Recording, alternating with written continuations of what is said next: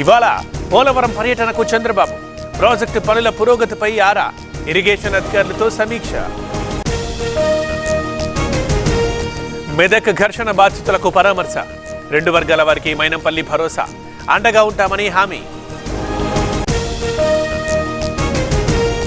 TDP AP అధ్యక్షుడిగా పల్లా శ్రీనివాస్ నియామకంపై చంద్రబాబు ప్రకటన. విజయవంతంగా బాధ్యతలు నిర్వహించాలని ఆకాంక్ష.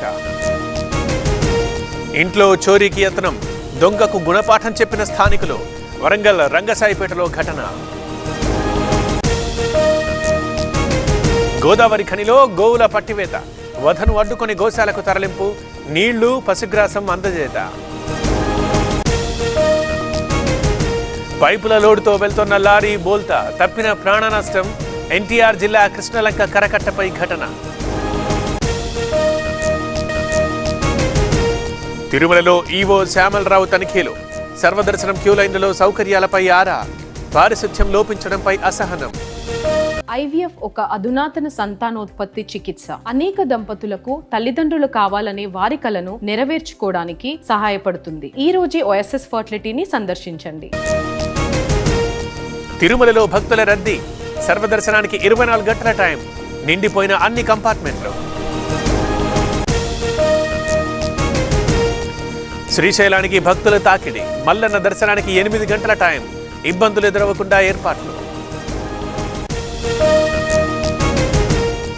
వేసవిని తలపిస్తున్న ఎండలు. ట్యాంకర్లతో నారు తడుపుతున్న రైతులు. వర్షాల కోసం ఎదురుచూపులు. మిగతా రాష్ట్రాలతో పోలిస్తే కర్ణాటకలో తక్కువే. పెట్రోల్ ధర పెంపుపై సిద్ధరామయ్య ప్రకటన. తమ సంపదను కేంద్రం తీసుకెళ్తుందని ఆగ్రహం. తమిళనాడులో శశికళ మళ్లీ యాక్టివ్. మద్దతుదారులతో కీలక సమావేశం. తాజా రాజకీయ పరిస్థితులపై చర్చ. లక్నో కుక్రాయిల్ వెంట ఆక్రమణల తొలగింపు. జేసీబీలతో భవనాల కూల్చివేత. ఉద్రిక్తత తలెత్తకుండా పోలీసుల పహారా. అసోంలో కుండపోత వానలు. గుహవాటి నగరం జలమయం. తీవ్ర ఇబ్బందుల్లో వాహనదారులు.